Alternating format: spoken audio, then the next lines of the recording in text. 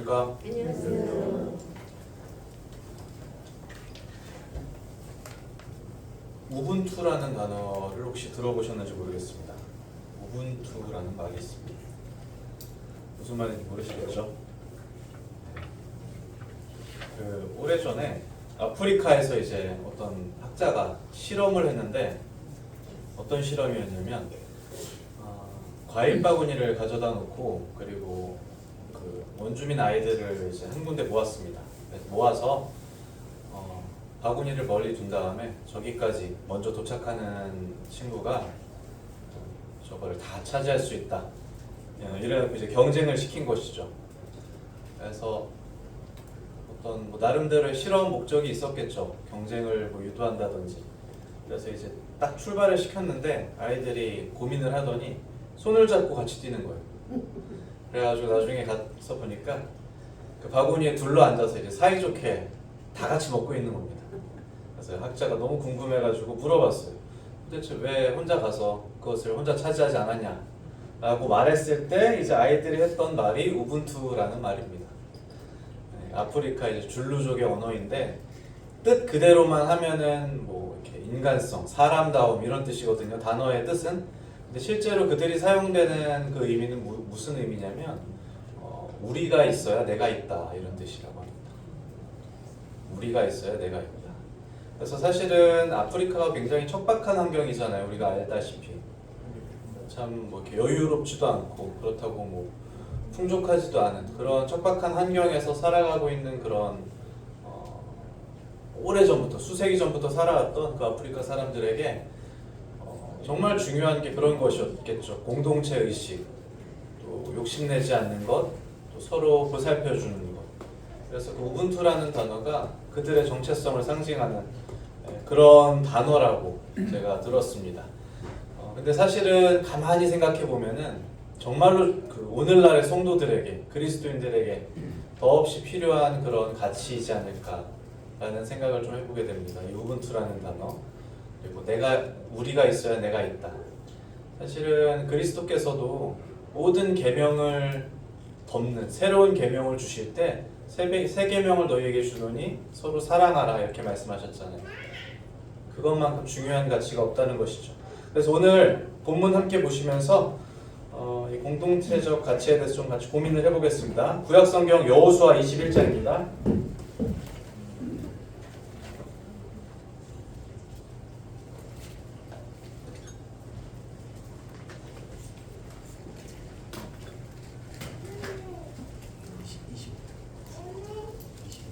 여호수아서 21장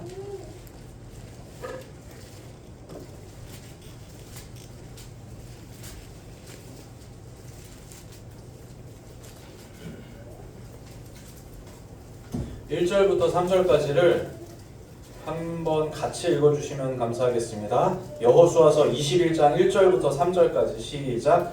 그때 레위 사람들의 족장들이 제사장 엘르아살과 눈의 아들 여호수아와 이스라엘 자손의 지파 족장들에게 나아와 가나안 땅 실로에서 그들에게 말하여 이르되 여호와께서 모세에게 명령하사 우리가 거주할 성읍들과 우리 가축을 위해 그 목초지들을 우리에게 주라 하셨나이다 하매 이스라엘 자손이 여호와의 명령을 따라 자기의 기업에서 이 성읍들과 그 목초지들을 레위 사람에게 주니라. 네, 여호수아서 21장 1절부터 3절까지 함께 읽으셨습니다. 오늘 본문의 배경은 이제 이 가나안 땅을 약속의 땅으로 향해 갔던 이스라엘 백성들이 이제 여리고성을 무너뜨림으로써 이 가나안 땅에 입성하였겠죠. 그리고 많은 정복 전쟁 끝에 이제 이 영토를 차지하기 바로 일보 직전인 상황입니다. 대부분의 전쟁이 끝나 있었고 대부분의 영토를 그들이 이제 차지하게 됐은 그런 상황이고 그래서 각 지파들이 이제 원하는 땅을 그들이 이제 목표로 했던 그 땅을 나눠 가지는 것이죠. 시므온 지파는 어디, 유다 지파는 어디 그런 이제 상황 가운데서 레위 지파의 족장들, 레위 사람들의 족장들이 이제 그들의 지도자였던 여호수아에게 나온 곳입니다. 그러면서 우리에게도 약속된 성읍이 있고 그 성읍을 이제 달라 이렇게 얘기하는 것이죠. 우리 먼저 이 레위 사람들, 레위 지파라고 불리는 사람들의 정체성에 대해서 조금 고민을 해보겠습니다. 우리가 알고 있는 것처럼 이스라엘에는 12지파가 있었고 그 중에서 레위 지파라는 이 지파들은 사실은 굉장히 특수한 성격을 지니고 있었죠. 물론 이제 모세와 오래전 그들의 지도자였던 모세와 아론이 레위 지파였던 것도 있겠지만 사실은 광야에서 우리가 잘 알고 있는 것처럼 이스라엘 백성들이 금송아지를 만들어서 우상을 숭배하는 그 사건이 있었을 때 모세가 많은 지파들에게 초청을 하는 것입니다. 여호와의 편에 서 있는 자는 내게로 나아오라 했을 때 누가 나왔습니까? 레위 지파 사람들이 손을 들고 다 앞으로 나왔어요. 하나님의 그 거룩한 분노에 동참하겠다는 뜻이었어요.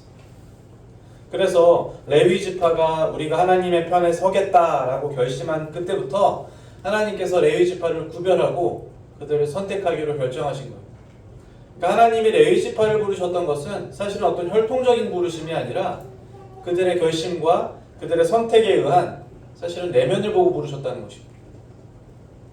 이후 민수기에서 이제 다 찾지 않겠습니다만 하나님께서 공식적으로 레위 지파를 가리켜서 레위인은 내 것이다 라고 선포하십니다. 레위인은 내 것이다.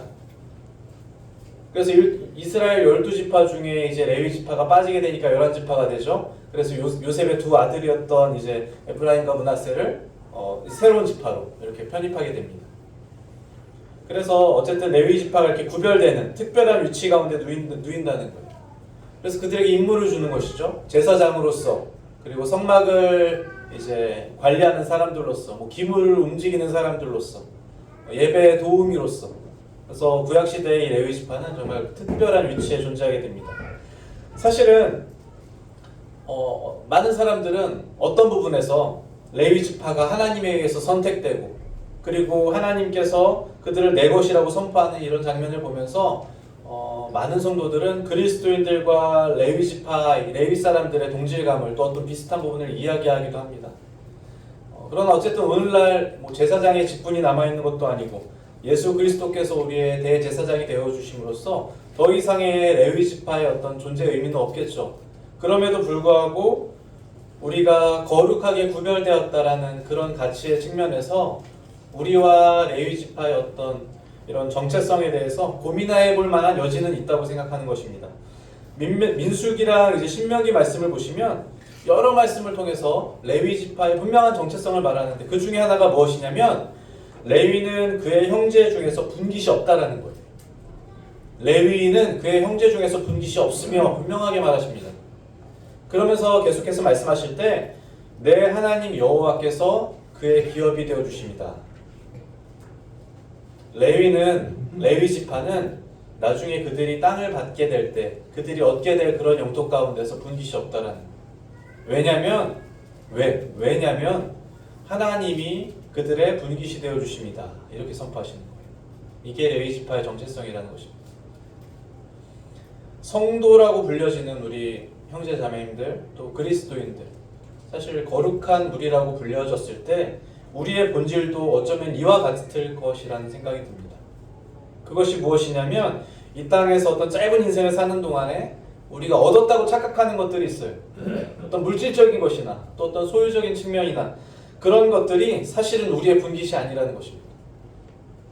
우리가 그것을 얻었다고 생각할지언정 우리가 그것을 누리고 있을지언정 그것이 우리 인생에서 목표로 하는 어떤 분깃이나 기업이 될 수가 없다는 거예요. 정말로 나의 소유나 나의 기업이나 나의 가장 고귀한 가치가 만약에 우리가 정말 목적으로 하는 그런 고귀한 가치가 죽으면 사라질 그런 썩어질 것에 있다고 생각해 보십시오. 그것은 얼마나 안타까운 일이겠습니까? 우리의 목표가 정말로 그렇게 눈에 보이는 분깃이 아니라는 것입니다. 레위 사람들에게 그들이 형제가 누리는 분깃이 그들의 분깃이 아니고 하나님께서 하나님 자체가 그들의 기업이 되어주신다고 말씀하셨던 그때 그 말씀처럼 오늘날 성도님들에게 형제 자매님들에게 정말로 우리가 목적으로 하고 있는 정말 우리가 가치를 두고 있는 그 분깃이 다행히도 이 땅에서의 썩어질 것들이 아니라는 사실이 정말 감사가 되는 일입니다. 우리 잘 알고 있는 말씀처럼 우리가 주목하는 것은 어떤 것입니까? 보이는 것이 아니요 보이지 않는 것이요. 보이는 것은 어떻습니까? 잠깐이요. 그죠? 보이지 않는 것은 영원함이니라고 말합니다. 레위인들에게 이렇게 보이는 기업보다 보이지 않는 하나님을 그들의 유산으로 주신 것처럼 오늘 우리가, 저와 성도님들이 정말로 누리는 그 유산이 정말로 그런 보이는 기업이 아니라는 사실에 다시 한번 감사가 되는 일입니다. 자, 이제 이 레위 지파들은 보이지 않는 기업을 그들의 기업으로 받았어요. 그렇죠? 형제들이 누리는 분깃이 아니고 하나님께서 그들에게만 주신 특별한 분깃, 보이지 않는 그 기업을 이들이 받았단 말이에요. 그런데 그들은 동시에 현실적인 문제에 직면할 수밖에 없어요. 왜냐하면 이 정복전쟁이 끝나고 이제 그들의 형제들은 약속되어 있던 기업을 유산으로 받기 시작을 합니다. 누구는 이 땅, 누구는 저 땅, 누구는 저 위의 땅, 누구는 이 목초지. 그랬는데 레위 사람들은 이 터전에서 받아갈 분깃이 없다라는 거예요. 현실적인 문제잖아요. 그죠? 하나님께서 그들이 기업이 되어주신다고 하셨는데 그들을 일순간에 하늘로 지금 초청하는 것도 아니고 가나안 땅에 같이 살게 하시면서 그들에겐 기업이 없다라고 하시면 이들은 사실 현실적으로 곤란한 상황에 빠질 수밖에 없는 것이죠. 그런데 우리 하나님께서 절대로 우리 현실적인 문제들에 관해서 외면하지 않는다는 사실을 우리가 틀림없이 기억해야 됩니다. 왜냐하면 주님께서도, 예수 그리스도께서 기도를 가르쳐 주실 때, 주기도문을 가르쳐 주실 때 하나님의 나라에 대한 일을 이야기하면서도 우리에게 일용할 양식에 대한 기도를 가르치셨어요. 그 말씀은 무엇이냐면 우리에게 필요한 당장의 현실적인 것들, 일용할 양식들, 우리가 누려야 되는 것들에 대해서 주님께서 무시하거나 외면하지 않으신다는 뜻이에요. 우리 조금 이따 찾아볼 테지만 여호수아 이전에 민수기 35장에서 이 가나안 땅을 점령하기 이전에 이미 하나님께서 레위 지파에 대한 대책을 마련해 주셨어요. 그것이 무엇이었냐면 그들에게 약속의 땅으로 들어가게 되면 어떤 일정한 성읍을 내어주라는 것이었어요. 그래서 그들에게 약속된 성읍이 구체적으로 이제 48개라는 개수도 이미 이 여호수아 21장 이전에 민수기 35장에서 그들에게 이미 약속을 해놓으세요.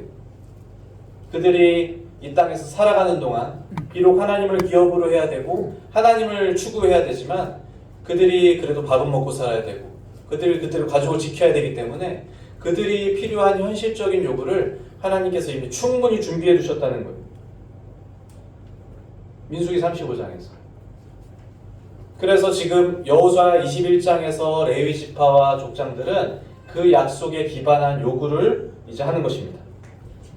그래서 그때 모세에게 하나님께서 약속하셨던, 모세에게 하나님께서 우리를 향해서 약속하셨던 그 성읍들을 이제 이 땅 분배가 끝났으니 우리에게도 그 기업을 허락해 주십시오라고 모세의 후계자였던 여호수아에게 나와서 그 약속을 상기시키는 중이에요.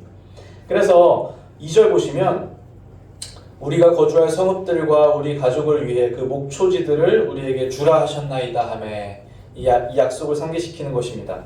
그래서 이제 8절부터 여호와께서 8절 보시면 여호와께서 모세에게 명령하신 대로 이스라엘 자손이 제비 뽑아서 레위 사람에게 준 성읍들과 그 목초지들이 이러하니라 이러면서 이제 레위 사람들이 어떤 성읍을 주는지를 쭉 설명합니다. 그런데 11절을 보십시오. 아낙의 아버지 아르바의 성읍 유다 산지 기럇 아르밧 곧 헤브론과 그 주위의 목초지를 그들에게 주었고 이렇게 설명하죠. 13절에도 제사장 아론과 자손에게 준 것은 살인자의 도피성 헤브론과 그 목초지요 또 림나와 그 목초지와 얏딜과 그 목초지와 에스드모아와 그 목초지와 홀론과 그 목초지와 드빌과 그 목초지. 자, 다 읽겠습니다. 여호수아 21장에만 이 목초지라는 단어가 50번이 넘게 기록되어 있어요. 어떤 성읍을 이야기하실 때 반드시 목초지를 말씀하신다. 예를 들면 이런 거예요. 남사와 그 목초지와, 그죠? 이런 거예요. 지금 이 땅을 얘기하면서 왜 이렇게 집요하게 이 여호수아 21장의 많은 부분을 할애해서 목초지라는 단어를 반복적으로 기록하고 있냐는 말이에요. 목초지라는 단어는 우리가 아는 것처럼 이 가나안 땅에서 고대 근동지방에서 정말로 생존하는 데 필수적인 조건일 것입니다. 척박하고 황량한 그 땅 가운데서 가축이 풀을 먹을 수 있고 그들이 거주할 수 있는 목초지라는 것은 정말로 필요하고 생존에 필수 불가결적인 그런 큰 재산이겠죠. 그 목초지를 끊임없이 말씀하신단 말입니다. 그것들을 그들에게 주라는 거예요. 다시 말하면 그들이 절대적으로 이 땅의 필요에 대해서 걱정하지 말라는 것이에요. 하나님께서 충분하게 주신다는 거죠. 염려하지 말라는 것입니다. 하나님께서 그들의 공급자가 되어주신다고 하셨기 때문에 그들을 공급하신다는 거예요. 그들을 먹이시고 입히시고 이 땅에서 살 수 있는 삶을 유지할 수 있도록 그들을 책임져 주신다는 거예요. 비록 레위지파의 분깃이 하나님이고 레위지파가 다른 어떤 것들을 추구하지 않고 하나님만을 추구하도록 부름받았지만 그럼에도 불구하고 하나님께서 이 땅에서 살아가는 동안 그들의 삶을 완벽하게 책임져 주신다는 거예요. 우리 잘 알고 있는 말씀을 인용하자면 공중의 새를 보라고 말씀하셨어요. 그죠? 공중의 새는 심지도 않고 거두지도 않고 창고에 이렇게 모아들이지도 않는데 너희 하늘 아버지께서 기르신다 그랬잖아요. 그러면서 그 밑에서 이렇게도 말씀하십니다. 오늘 있다가 내일 아궁이에 던지는 들풀도 하나님이 이렇게 입히시거든 하물며 너희일까 보냐. 그러면서 어떻게 말씀하십니까? 믿음이 적은 자들아. 이게 어쩌면 레위지파와 그리고 오늘날 성도라고 부름받은 그리스도인들에게 동일하게 주어지는 그런 축복이고 또 그런 경고일 수도 있습니다. 하물며 너희일까. 제가 이제 재작년에 다니던 직장을 그만두고 이제 새로운 일을 시작하는데 사실 참 알게 모르게 고민을 많이 했을 것입니다. 그렇겠죠. 자녀도 이제 4명이고 6식구를 제가 책임져야 되는데 월급 잘 나오고 그죠. 가만히 있으면 정년을 보장해주는 그런 회사를 어찌됐든 이제 그만두고 새로운 일을 시작하게 되는데 고민을 안 할 수가 없겠죠. 그래서 참 내가 이 일을 하면서 밥을 먹고 살 수 있을까? 라는 고민을 했는데 하나님의 답변이 이것인 것이죠. 하물며 너희일까 보냐. 하물며 너일까 보냐 믿음이 적은 자들아. 시간이 어쨌든 이제 1년, 2년이 지났는데 하나님께서 가만히 보니까 부족하지도 또 넘치지도 않게 이렇게 먹이시는 것을 발견했어요. 가난하지도 않게 부유하지도 않게 하나님이 필요한 것들로 저와 저희 가정을 공급해 주신다는 거예요. 그래서 돌아봤습니다. 제가 저희 부모님들의 인생을 돌아보고 또 저희 장인 장모님의 인생을 돌아봤습니다. 그렇게 먹이시고 입히시고 채우셨어요. 아무것도 없는 가운데서 하나님 의지하면서 살아갔을 때 하나님이 그렇게 먹이시고 입히시고 채우시는 것을 저희 부모님들 또 저희 아내 이제 부모님을 통해서 충분히 목격했어요. 아, 이런 것이구나. 우리에게 주어지는 목초지가 분명히 있구나. 하나님께서 우리 인생을 완벽하게 책임져 주시고 완벽하게 공급해 주실 것이라는 확신이 그 가운데 드는 것이죠. 4절에 보시면 이제 드디어 레위 자손들에게 거주할 땅이 분배되어진다고 말씀드렸습니다. 근데 이 분배하는 과정이 좀 독특하죠. 그앗 자손을 위하여 제비를 뽑았는데 이렇게 말합니다. 레위 자손들은 이제 세 종족으로 나눠지거든요. 그앗, 게르손, 무라리. 이 세 작은 또 지파들로 분리가 됩니다.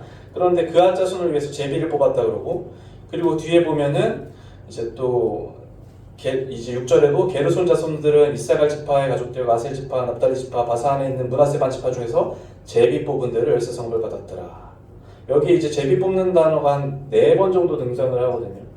근데 이걸 오해하게 되면 사실 어떻습니까? 제비를 뽑는다는 것은 운에 맡기는 것 같고, 그죠? 재수 좋으면 좋은 땅 가져가는 것 같고, 재수가 안 좋으면 조금 이제 떨어져 있는 끄트머리 땅 가져가는 것 같고, 무언가 제비 뽑기가 주는 이미지는 사실 이렇죠. 그런데 구약에서 제비 뽑기는 전혀 다른 의미예요, 사실은. 구약에서 제비를 뽑는다고 하는 것은 철저하게 하나님의 인도하심을 구하는 행위입니다. 예전에도 이제 우림과 둠밈으로 표현되기도 했었지만 구약에서 제비를 뽑을 때는 범죄자를 찾을 때도 그래요. 또 어떤 중요한 일을 결정할 때도 그래요. 심지어 하나님이 선택한 왕을 찾아낼 때도 제비를 뽑았어요. 하나님의 인도하심을 구하는 거예요. 제비를 뽑는다는 것은. 하나님께서 직접 누구를 선택해 주시지를 우리에게 음성을 들려주실 수 없으니까 이제 제비 뽑는 이 행위를 통해서 하나님의 인도하심을 간절히 구하는 행위예요. 그래서 이들이 제비를 뽑아서 운에 맡겨서 어떤 땅을 가져간 것 같아 보이지만 아닙니다. 사실은 이들이 제비를 뽑아서 어떤 땅을 가져갔을 때에는 하나님의 철저한 인도하심이 있었다는 거예요. 그래서 제사장 족속들은 조금 더 예루살렘에 가까운 곳에 위치하게 되고 또 다른 이제 레위 지파들은 또 다른 이스라엘 전역에 이렇게 위치하게 되면서 하나님께서 이들을 보내고자 하시는 곳에 그들을 보냈다라는 거예요. 원하시는 곳에, 하나님이 계획하시는 곳에 그들을 보내는 거예요. 그들이 자신의 갈 곳을 선택하는 것이 아니라 그들이 내가 어떤 살고 싶은 땅, 내가 거주하고 싶은 땅을 선택하는 것이 아니라 마치 아브라함에게 그렇게 이렇게 말씀하셨던 것처럼 내가 지시할 땅으로 가라. 하나님이 그들을 보내시는 거예요. 어쩌면 그리스도인들의 삶의 방향도 이와 같지 않습니까? 사실은 그렇죠? 우리가 우리의 인생을 결정한다고 착각하지만 우리가 어떤 인생의 중요한 문제를 결정하고 우리가 거주지를 결정하고 우리가 어떤 직업을 결정한다고 착각하지만 우리의 삶을 오랜 시간 지난 다음에 돌아보면 어떻습니까? 결국 그 걸음을 인도하셨던 분은 하나님이라는 거예요. 하나님이 우리를 그분이 원하시는 곳에 보내신다는 거예요. 이것에 대한 확신이 있으십니까? 이것에 대한 확신이 있으신다면 우리의 인생을 보는 자세를 정말 다르게 가져갈 수 있어요. 우리가 더 이상 아둥바둥하는 것이 아니라 우리가 움켜쥐고 우리가 어떤 곳으로 가기 위해서 막 애를 쓰고 많은 것들을 포기하고 그런 것들이 아니라 하나님이 우리를 그분이 원하시는 곳에 보내신다는 그 확신이 있어야 되는 거예요. 그리스도인들은 결코 우리가 가고 싶은 대로 가는 사람들이 아니에요. 성도라는 것은 결코 우리가 살고 싶은 대로 살아가는 사람들이 아니라는 말입니다. 하나님이 보내는 곳으로 향하는 사람이 그리스도인이라고 불리는 것이죠, 사실. 특별히 우리 청년들 이 자리에 많이 있죠. 청년들이 이제 뭐 직업을 결정하거나, 뭐 학교를 결정하거나, 또 결혼 문제를 결정하거나, 또 취업을 고민하거나, 이런 고민들 가운데 청년들이 많이 놓입니다. 정말 근데 생각해봐야 될 바가 뭐냐면 그것이 무슨 일이든지 간에 정말 담백하게 하나님께서 우리 청년 형제 자매님들의 인생을 분명하게 인도하신다는 확신이 있어야 돼요. 그래서 그것을 의지하면서 믿고 구해야 돼요. 제비를 뽑지 않으면 그분이 보내시는 곳으로 갈 수가 없잖아요. 그죠? 동일하게 우리도 우리 인생에 관하여 우리의 목적지를 그분께서 결정하실 수 있도록 우리가 정말 겸손하게 기도하고 그분의 인도하심을 구해야 된다는 말입니다. 이제 여호수아 21장에서 레위 자손들에게 이 땅이 분배되는 것을 보면 이제 좀 길잖아요. 제가 그냥 설명을 해드리겠습니다. 21장 저녁에 그들이 이제 그 이스라엘 전역에 이들이 거하게 되는 장면이 있는데 그들이 정말 특이하게 이스라엘 전역에 흩어지게 되는 것을 볼 수가 있어요. 그들에게 할당된 성은 48개였습니다. 48개였어요. 48개의 성읍이 이스라엘 지도 가운데 곳곳에 뿌려진다는 말입니다. 다른 지파들은 광야에서 어떻습니까? 지파대로 움직이고 지파대로 텐트를 치고 그리고 가나안 땅에 들어와서도 그들은 그 지파의 땅을 받습니다. 요즘 말로 하면 집성촌처럼, 그죠? 그들이 함께 거주할 수 있는 그 공간을 이제 기업으로 받게 된다고요. 다른 지파들은. 근데 레위 지파들은 어떻습니까? 이스라엘 전역에 그들을 흩어 놓는 거예요. 마치 모래를 뿌려놓는 것처럼 쫙 뿌려놓는 거예요. 온 사방에 그들을 흩어놨다. 이것은 레위 자손들에게만 허락된 특별한 사명 때문에 그럴 것입니다. 왜냐하면 레위 자손은 예배자였잖아요. 그들은 광야에서도 예배자였습니다. 제사장이었던지 아까 말씀드린 것처럼 제사를 돕든지 제사에 준비하는 그 기물을 옮기든지 성막을 옮기든지 그들은 이 예배에 관련된 일들에 종사하고 있던 예배자들이었어요. 그래서 이 약속의 땅에 들어갔을 때 다른 사람들은 그들의 삶을 영위하겠지만 이 예배자들을 하나님께서 뿌려놓는 거예요. 온 이스라엘 전역에. 약속의 땅에 들어가서도 이스라엘 모든 민족들이 하나님을 바라볼 수 있도록 언제 어디서고 예배의 자리로 다시 나올 수 있도록 레위 지파가 해야 될 역할과 그들에게 맡겨진 사명이 분명히 있다는 거예요. 온 이스라엘을 주님께 향하게 만드는 거예요. 레위 지파가 많이 할 수 있는, 레위 지파가 해야만 하는 우상 숭배가 팽배한 땅이죠. 사실은 가나안 땅은 이방 문화가 정말 팽배한 땅입니다. 수많은 인종이 섞여 있고 수많은 다양한 문화와 다양한 신들이 이 가나안 땅을 어느 때고 노리고 있는지 몰라요. 그런데 그 가운데서 레위 지파만이 할 수 있는 일은 무엇이냐면 이스라엘을 하나님께로 예배하게 만드는 거예요. 교회의 존재 의미가 사실 이것 아닙니까? 우리가 지역교회라고 부를 때 그죠? 하나님께서 이 교회를 온 땅에 이렇게 흩어놓으셨어요. 성도들을 그리고 온 땅에 흩어놓으셨어요. 세상에 흩어지고 다른 사람과 구별되었지만 그들과 섞여가게 만들어 놓으셨어요.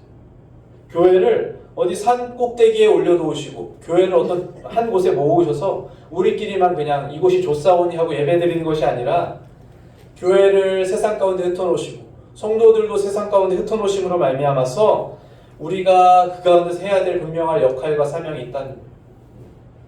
세상에서 빛과 소금으로 우리를 그렇게 부르셨다는 것입니다. 우리 초대교회였던 예루살렘 교회를 기억하실 것입니다. 예루살렘 교회가 초대교회 시대 때 정말 번영했잖아요. 하루에 몇천 명씩 구원받고 침례받으면서 그들이 정말 이 교회의 규모와 영적인 성숙과 사회적 영향이 말도 못하게 커져왔습니다. 예루살렘 교회가. 그런데 그 시점에 무슨 일이 일어났습니까? 스다반의 순교를 통해서 하나님이 예루살렘 교회를 풍비박산내셨어요. 그 완벽한 때 모든 성도들이 이곳이 좋사오니 여기가 천국인가 할렐루야 하고 있들 그 시기에 하나님이 예루살렘 교회를 완전히 흩어놓으셨어요.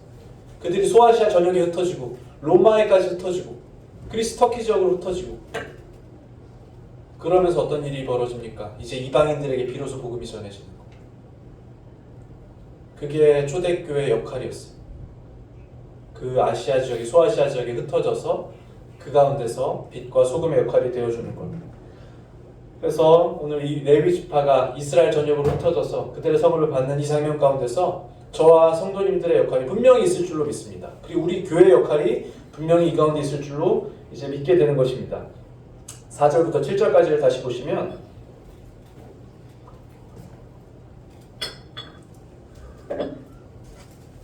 레위 자손들이 이제 어떤 성읍을 받았는지 기록하거든요.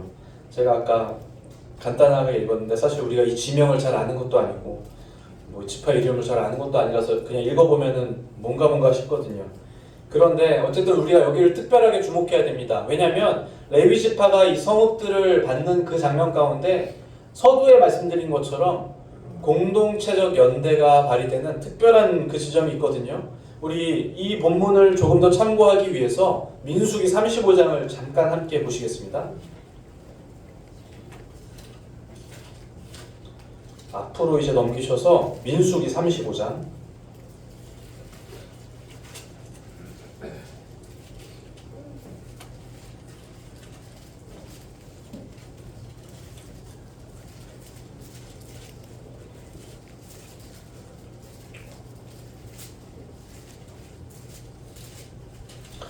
민수기 35장 자, 찾으셨으면 이제 1절부터 3절까지만 제가 읽겠습니다. 민수기 35장입니다. 여호와께서 여리고 맞은편 요단 강가 모압 평지에서 모세에게 말씀하여 이르시되 자, 1절의 시점을 자세히 생각해 보십시오. 여리고 맞은편이에요. 그리고 요단강을 아직 건너가지 않았습니다. 그들이 약속의 땅으로 들어가기 전에 이미 하나님께서 이 약속을 주신다는 거예요. 2절 보시면 이스라엘 자손에게 명령하여 그들이 받은 기업에서 레위인에게 거주할 성읍들을 주게 하고 너희는 또 그 성읍들을 두르고 있는 초장을 레위인에게 주어서 성읍은 그들의 거처가 되게 하고 초장은 그들의 재산인 가축과 짐승들을 둘 곳이 되게 할 것이다. 이미 여리고성을 앞두고 요단강을 건너가기 전에 이미 레위인에게 약속된 성읍이 있다는 목초지도 약속되어 있다는 것입니다. 그래서 6절에 보십시오. 더 구체적으로 이렇게 말씀하십니다. 너희가 레위인에게 줄 성읍은 살인자들이 피하게 할 도성으로 6성읍이요 그 외에 42성읍이라 너희가 레위인에게 모두 48성읍을 주고 그 초장도 함께 주되 이렇게 말씀하시죠.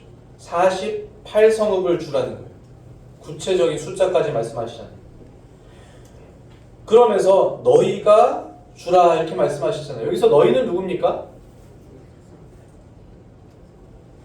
이 본문에서 너희는 누구겠습니까? 레위를 제외한 12지파잖아요. 그죠? 남은 모든 이스라엘 백성들을 의미합니다. 약속의 땅으로 들어가게 될 모든 이스라엘 지파들을 의미하는 거예요. 그래서 분명하게 말씀하실 때 너희가 레위인에게 주라는 것입니다. 너희가 레위 지파를 위해서 이 12지파의 공동체가 그 짐을 나누어 지라는 거예요. 너희가 주라는 것입니다. 어쨌든 사실은 본인들이 받을 영토에서, 본인들이 받을 기업에서 일부를 떼어내서 다른 식구에게 주는 것은 쉽지 않은 일이겠죠. 그렇겠죠, 그죠? 그런데 어쨌든 12지파가, 12지파가 어쨌든 한 뜻으로 48개의 성읍을 레위 지파를 위해서 헌신해야 된다는 것입니다. 그리고 그들이 실제적으로 헌신했어요. 어느 지파도 소외되지 않고 우리가 아까 여호수아서 21장에서 읽은 것처럼 모든 지파가 합심해서 책임을 회피하지 않고 48개의 성읍을 레위 지파에게 이제 헌신한다는 거예요. 48개를 잘 생각해 보십시오. 48개의 성읍을 12지파가 헌신하려면 어떻게 되겠습니까? 한 지파당 간단하잖아요. 4개씩 주면 딱 48개예요. 그죠? 12 곱하기 4 하면 48개 딱 나오죠? 그래서 하나님께서 48개를 의도하셨는지 모르겠습니다. 그래서 12지파가 4개 성읍씩 헌신하면 이제 48개 성읍을 레위인이 받아갈 수가 있는 거예요.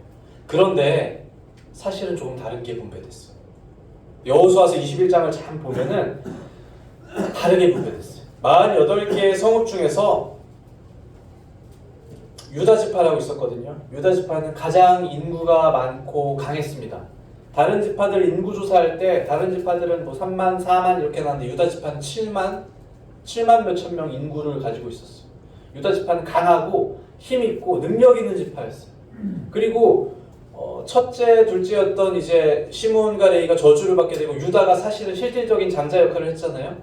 그리고 예수 그리스도 이제 유다 지파를 통해서 오셨고 유다 지파는 축복받은 지파였다고. 유다 지파는 강하고 힘있고 능력 있는 축복받은 지파였어요. 유다 지파는 그래서 여호수아 21장을 보시면은 8개의 성읍을 내놓습니다. 그들은 가장 많은 땅을 가졌어요. 가장 넓은 땅을 보유한 그 유다 지파는 이 레위 지파에게 헌신한 48개의 성읍 중에서 8개를 본인이 부담하게 돼요. 그럼 상대적으로 연약한 지파가 있지 않겠습니까? 성경에서는 시므온 지파를 연약한 지파라고 합니다. 시므온 지파는 인구조사를 할 때 다른 지파의 반의 반토막도 안 됐어요.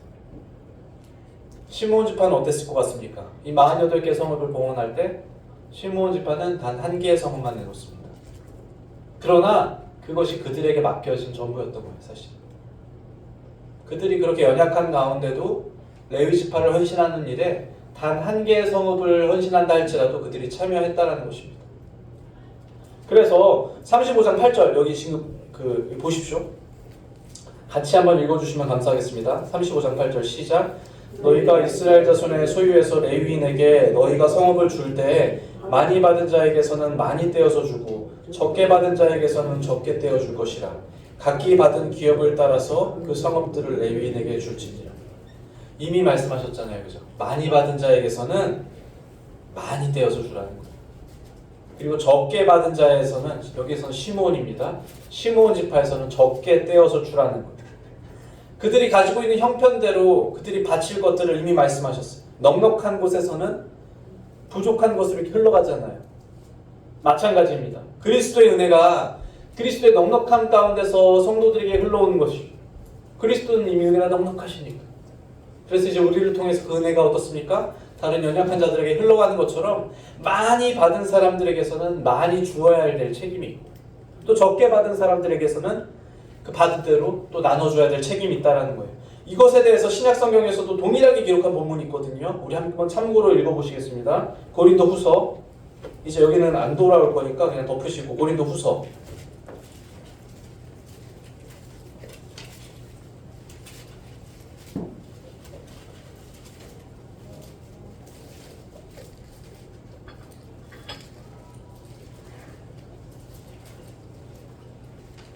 8장입니다. 8장.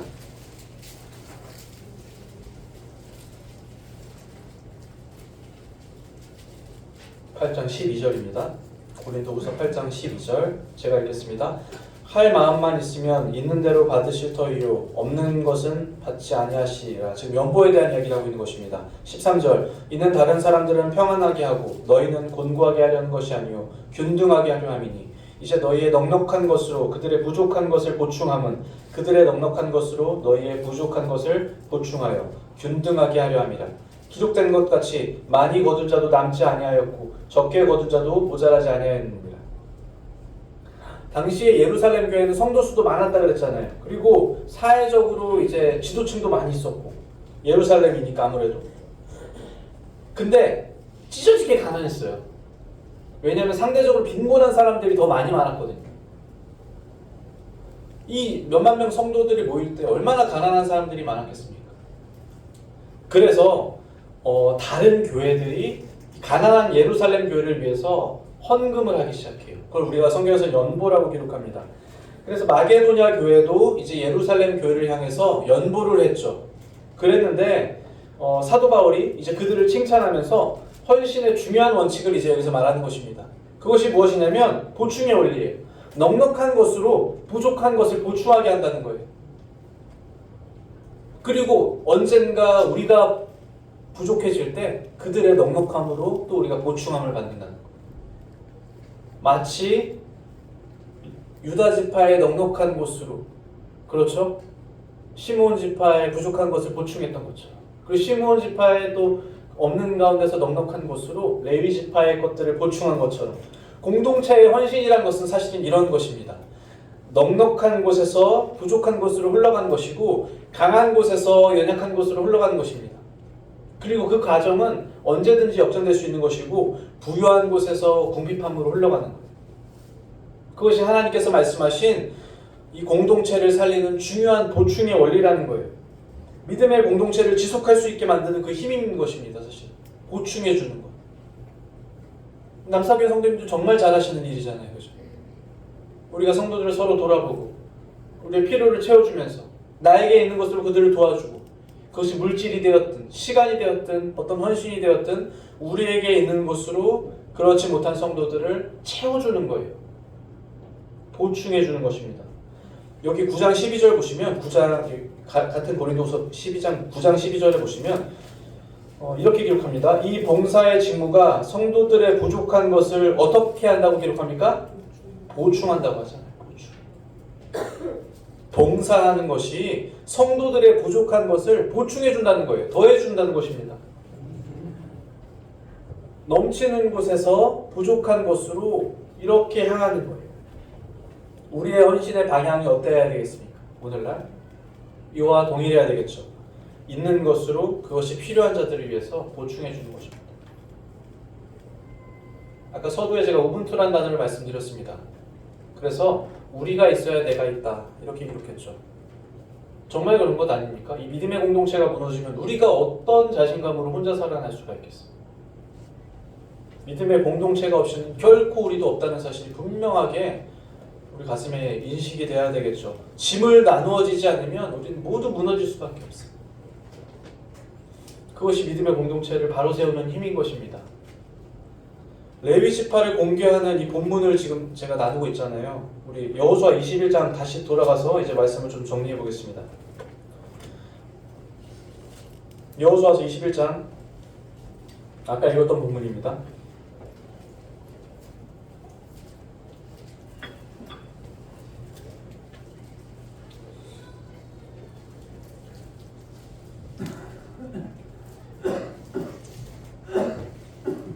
이제 12지파가 레위 지파를 섬기는, 보충해주는 이 본문을 함께 나누고 있는데, 그래서 누가 레위 지파냐는 거예요. 도대체 누가 이 섬김을 받아야 될 사람입니까? 라고 물어봤을 때 뭐 전심사역자입니까? 아니면 뭐 선교사입니까? 아니면 가난한 성도입니까? 누가 레위 지파입니까? 우리 중에서 레위 지파를 특정할 수가 있습니까? 아니요, 그럴 수가 없어요. 우리 모두가 레위 지파이기도 하고, 다시 말하자면 성도님들 모두가 유다 지파이기도 하시고, 우리는 공급받을 자격과 공급할 책임을 동시에 가지는 공동체라는 거예요. 제가 레위 지파이기도 하고 저는 상대적으로 약했던 시므온 지파이기도 합니다. 그리고 성도님들은 상대적으로 많은 것을 가진 유다 지파이기도 하시면서 응당 받아야 되는 레위 지파의 권리를 동시에 가지고 있는 거예요. 이게 믿음의 공동체라는 의미인 것입니다. 누가 한쪽에서 한쪽을 계속해서 섬기는 그런 공동체가 아니고 공급할 책임과 공급받을 자격을 동시에 갖추는 거예요. 우리 모두 한 사람 한 사람이 동일하게 그러합니다. 예수 그리스도의 은혜 가운데서 우리는 한 몸 된 지체이기 때문에 그렇습니다. 눈만 발을 섬깁니까? 눈만 뭐 계속 앞을 봅니까? 아니, 그런 거 없어요. 우리는 한 몸 된 지체로서 모두가 모두를 섬겨야 될 책임과 권리를 동시에 가지는 거예요. 그래서 우리 오늘 여호수아 21장을 보시면서 오늘의 주제를 한 번 더 마지막으로 정리해 보겠습니다. 결국 21장은 무엇에 대한 기록이냐면 12지파가 레위 지파를 섬기는 것에 대한 기록이라고 제가 말씀드렸잖아요. 21장 3절을 유심히 보십시오.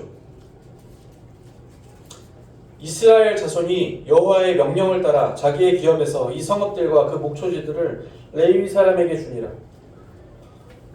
그래서 이 말씀을 정리하면서 다시 한번 교회 안에 참 인기 없는 주제이기도 하고 설교자가 정말 꺼내기 힘든 주제이기도 한 연보와 헌신에 대해서 교제 드리는 것입니다.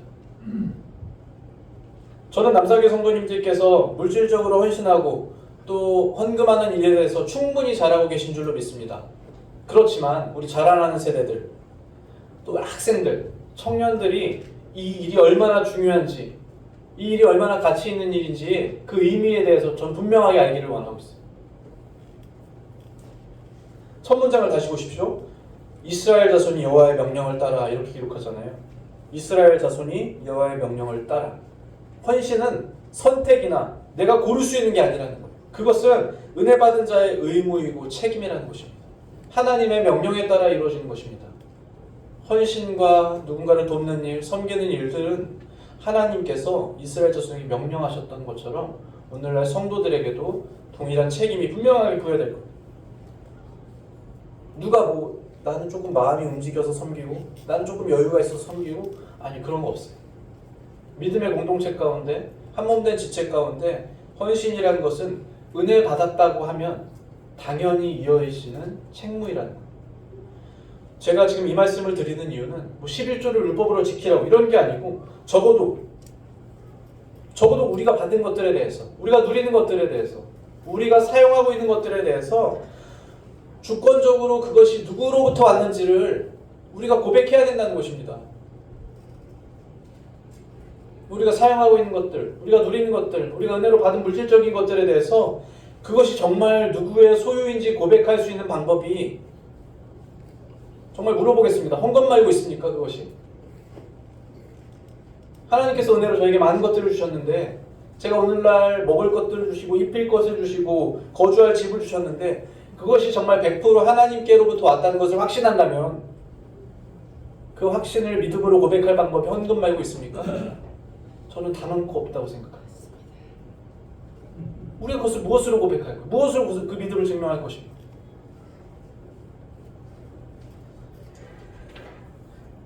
자, 이제 두 번째 문장. 여호와의 명령을 따라. 그리고 이렇게 얘기합니다. 자기의 기업에서. 자기의 기업이라고 분명하게 기록하죠. 무슨 말이냐면 이스라엘 백성들의 그 기업은 무슨 기업입니까? 하나님께서 은혜로 그들에게 주신 기업이잖아요. 은혜로 받은 기업들 중에서 드리라는 거예요. 우리가 공급받은 것들 중에서 우리가 사용하고 있는 것들, 우리가 누리는 것들, 하나님께서 나에게 채워주신 것들 중에서 내가 드리는 것입니다. 이것은 빌려서 드려서 되는 것도 아니고 구워서 드려서 되는 것도 아니고 또 어떤 불의의 소득이나 또 어떤 불법으로 취득한 그런 소득 가운데서 드리는 것도 아니고 하나님께서 우리에게 은혜로 주신 그 기업 가운데 드리는 거예요. 하나님이 나에게 주신 기업 가운데 드리는 거예요. 오래전에 청년들이랑 제가 이 헌금에 대해서 동일하게 교제할 때 어떤 청년이 이런 질문을 했습니다. 제가 지금 돈을 안 벌잖아요. 청년들은 돈을 안 버니까 돈을 벌지 못하는 경우 헌금을 해야 됩니까? 헌금을 어떤 식으로 해야 됩니까? 돈을 지금 아직 벌지를 않는데 어떤 식으로 해야 됩니까? 그래서 제가 그렇게 대답해 드렸을 거예요. 청년들한테 뭐라 그랬냐면 내가 쓰는 금액이 있잖아요. 돈을 벌지 못하더라도 용돈으로 받던지 어떤 지원을 받던지 어쨌든 내가 사용하는 금액이 있을 거 아닙니까? 그것 가운데 일부를 하나님께 드리는 것이 헌금이라고 했어요. 신정에 1월 1일에 그 처갓집에 갔는데 장인 장모님이 아이들에게 5만 원씩 세뱃돈을 주셨어요. 많이 주셨죠? 그래서 3명이니까 이제 5만 원씩 해서 15만 원을 받았는데 보통 헌금 받으면 어떻습니까? 그 세뱃돈 받으면 어떻습니까? 부모가 취득하잖아요, 그죠? 자연스럽게 이제 아이들이 저한테 갖고 오거든요. 아빠 여기요, 저 줘요. 항상 줬어요. 이제 받아가지고 이제 넣어놨습니다. 15만 원. 그런데 이제 며칠 지났 다음에 한 아이가 저한테 와서 이제 얘기했어요. 뭐라고 얘기했냐면 아버지, 아빠 10,000원만 주세요 그러더라고요. 왜? 10,000원 왜? 그랬더니 5,000원은 11조 하고요. 5,000원은 저 쓰게요. 이러는 거예요. 참 기특하죠, 그죠? 세뱃돈에 대해서 11조를 드리겠다. 그래서 그 주에 주일학교 헌금으로 5,000원을 드린 것으로 제가 알고 있습니다. 어쨌든 우리가 무엇을 했든 우리가 취득한 것에 대해서 우리가 누리는 것들에 대해서 하나님 우리에게 은혜로 주신 것들에 대해서 우리가 드려야 될 책임이 분명하게 있다는 거예요. 자, 이제 자기의 기업에서 드리는데 그 다음에 뭐라고 기록합니까? 이 성읍들과 그 목초지들을 이라고 기록하잖아요. 자기의 기업에서 뭘 드리는 것입니까? 이 성읍들과 그 목초지들을. 이 성읍들과 그 목초지들은 48개였어요. 나머지 이스라엘 지파들에게 이 48개의 성읍은 있으면 넉넉했겠지만 이 48개의 성읍이 없다고 그들이 굶어 죽진 않거든요. 물론 있으면 기분 좋겠죠. 그렇지만 이것이 없다고 그들이 굶어 죽거나 빈곤하게 되진 않아요. 기업의 일부라는 거예요. 그들이 받은 기업의 일부. 그러나 충분히 공급할 만한 일부이기도 합니다. 레위 지파를 충분히 공급할 수 있었던 일부이기도 하다는 거예요. 우리가 성경에서 신약 성경에서 얼마를 헌금해야 되는지에 대한 명확한 기준은 없습니다. 많은 사람들이 11조라고 얘기하지만 구약 성경에서 어쨌든 아브라함으로부터 시작된 10분의 1을 드렸던 것이겠죠. 그래서 이삭과 야곱도 그랬고 성경에서는 10분의 1을 이제 주님께 다시 돌려드리는 것으로 말씀하시고 있습니다. 그래서 오늘날 많은 경건한 그리스도인들도 그 11조를 통해서 헌신하곤 합니다. 그렇지만 그것이 명확하게 제시된 기준은 아니죠. 그렇지만 그렇게 하고 있는 경건한 그리스도인이 있다는 말씀을 드리는 것입니다. 믿음대로, 분량대로, 형편대로 중요한 것은 무엇이냐면 우리에게 받은 그 기업 중에 일부를 반드시 하나님께 돌려드리는 거예요. 자, 이제 그 기업이 어디로 돌아가는지 마지막을 보십시오. 그 성읍들과 목초지들을 누구에게 주니라? 레위 사람에게 주니라. 이 말은 이렇게 해석할 수도 있습니다. 무슨 말이냐면 도움이 필요한 사람에게 주니라, 혹은 하나님이 부탁하신 이들에게 주니라. 결국에 이 물질적 헌신의 종착지가 어디로 이어지겠습니까? 그것은 틀림없이 사람입니다. 성도와 구도자입니다. 하나님께서 돈이 필요하셔서 헌금을 받으시는 분이 아니라는 말입니다. 하나님이 무슨 통장이 필요하겠어요? 하나님 무슨 건물이 필요하시겠습니까? 결국에 우리가 드리는 이 물질적 헌신의 종착지는 연약한 성도와 연약한 구도자들을 위해 사용된다는 거예요. 초대교회 연보의 목적을 아십니까? 우리가 방금 읽었었던 고린도후서에서 읽었지만 초대교회에서 왜 연보를 했습니까? 가난한 성도의 구제였어요. 가난한 과부에 대한 구제였습니다. 고아에 대한 구제였습니다. 가난한 지역교회에 대한 구제였습니다. 그것이 연보의 목적이었어요. 그래서 그 사역이 오늘날 교회 가운데서 다양한 분야로 확장되어졌죠. 우리가 섬기는 주일학교, 학생회, 청년회, 혹은 아이를 돌보는 사역, 이제 노성도님들을 돌보는 사역, 어려운 성도를 구제하는 사역, 다양한 분야로 확장되어집니다. 그래서 그 헌금을 교회에서 집행을 하게 되었죠. 그러나 분명한 것은 무엇이냐면 그 헌금에 사용된 용도는 부족한 곳으로, 우리가 채워줘야 될 곳으로, 보충되어져야 될 곳으로 향한다는 거예요. 여기서 이 연보의 종착지가 레위 사람들이었던 것처럼, 고린도후서에서 그 연보의 종착지가 가난한 성도들이었던 것처럼 반드시 우리가 드린 헌신과 우리가 드린 헌금은 부족한 곳으로 채워져야 될 곳으로 흘러가게 돼 있는 것입니다. 주님의 성령께서 그렇게 인도하실 거예요. 자, 이제 21장 3절의 이 말씀을 마지막으로 다시 보시기 바랍니다. 이스라엘 자손이 여호와의 명령을 따라 자기의 기업에서 이 성읍들과 그 목초지들을 레위 사람에게 주니라, 이렇게 기록해 있는데 이것을 제가 해석한 말씀으로 다시 읽어드리자면 어떻습니까? 우리는 하나님의 말씀을 따라 우리가 받은 소유에서 일부를 하나님이 부탁하신 곳으로 드립니다. 저는 이 헌신이 우리가 이 땅에서 할 수 있는 가장 간단하고 명료하고 또 중요한 순종이라고 믿습니다. 그래서 성도님들께서 드리는 그 헌신과 순종을 통해서 틀림없이 하나님께서 영광 받으실 것을 믿습니다. 함께 기도하겠습니다.